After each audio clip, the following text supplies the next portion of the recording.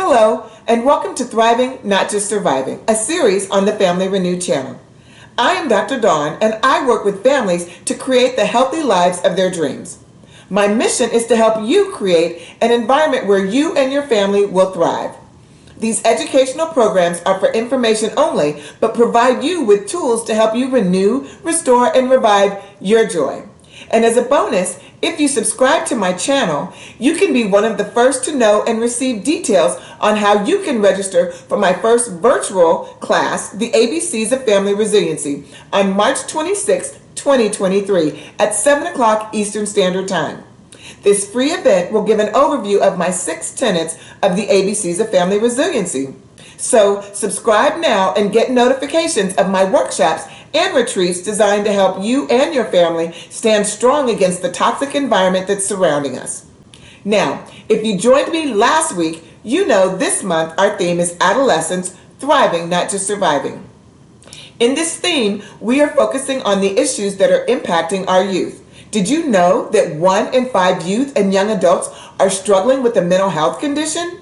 So if you are a teen or young adult, or are living with or working with a teen or young adult, you understand that this period in life can be challenging for everyone involved.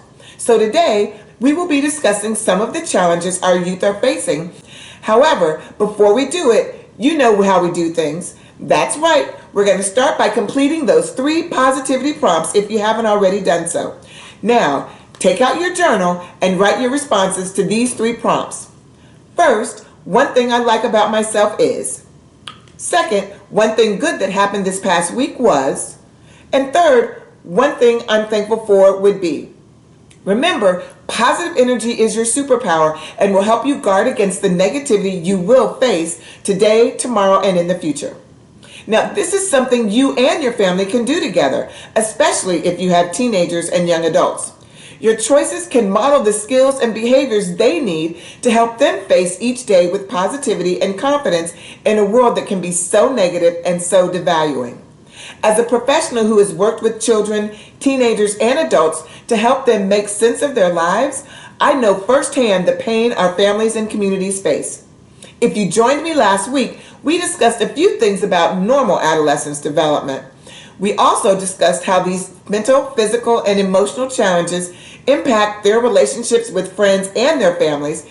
And as they are learning how to become an adult, the adult is also learning how to allow them to become an adult.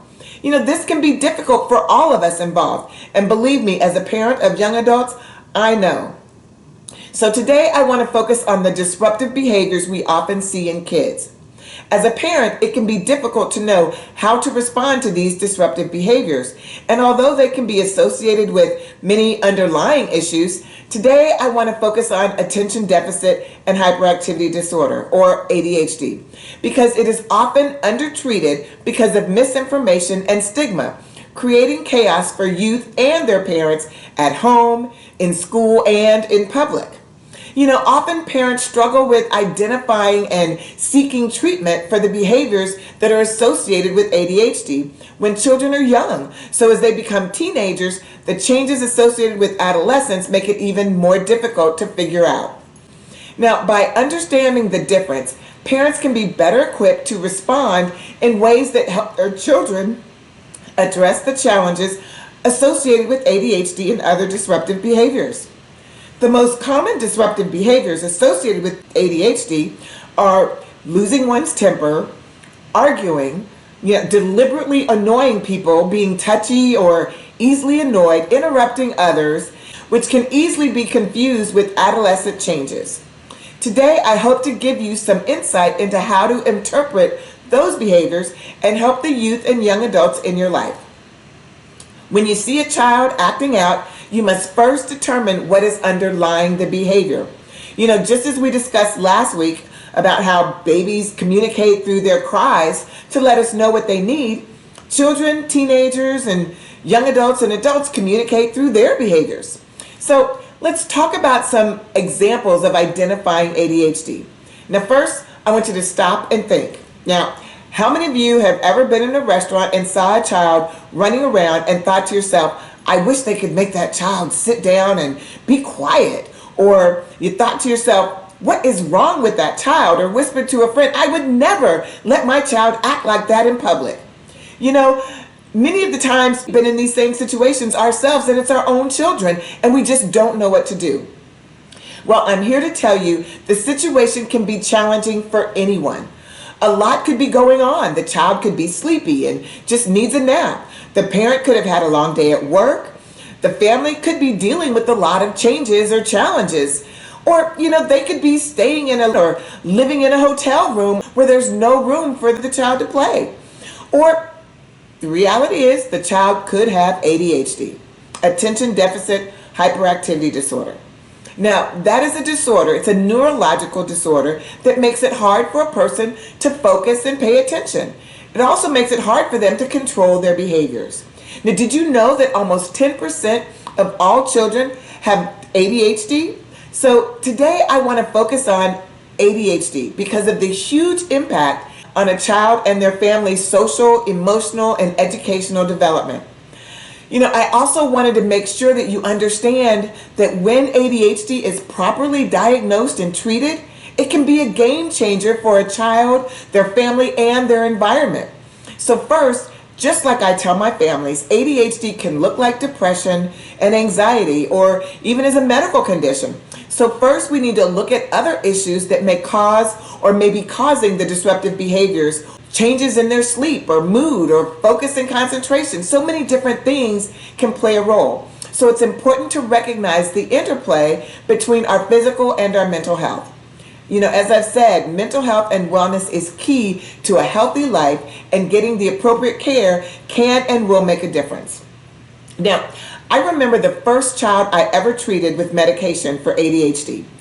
He was 7 years old, and he had difficulty following directions, losing things, completing assignments, and he was always blurting out answers or interrupting others. He also had trouble staying in his seat and was constantly getting in trouble at home, at school, and at recess. And, just struggling with making friends because of his behaviors. So when he came back 2 weeks later to see me after starting his medication, he came in smiling with a pep in his step, happily saying, Dr. Porter, I have friends now. You see, oftentimes a child with ADHD gets in trouble for not sitting still or being impulsive or disruptive in class. And many times, because of these behaviors, this disruptive, impulsive behaviors, a parent or a teacher may tell their child or kids not to play with them, believing that they will get their child or the other children in trouble. This reaction can lead to a lack of acceptance or isolation from others, which can make the child act out even more. And when a child is constantly getting in trouble for not following directions or completing their assignments, it affects them socially and emotionally, making them feel bad. Add that if they are struggling with focusing and concentrating, they may struggle in school, not because they aren't smart or don't have the ability to learn, but because they can't focus or pay attention long enough to learn what is being taught. Or they are constantly being sent out of the room because of their behavior, so they're not in class to learn what the teacher is teaching, and so they fall behind. If not recognized, these children are often mistakenly being placed in special education classes and feel as if they aren't capable of learning. There are so many reasons to get your child assessed, because if there is an issue, once diagnosed and treated, it can open up many doors that can help the child reach their potential and be successful. So if you are seeing any of these behaviors I mentioned, you need to reach out to your primary care physician or someone who is trained to help you navigate this journey. What is most important is the safety of you and your child. You are not alone in this journey.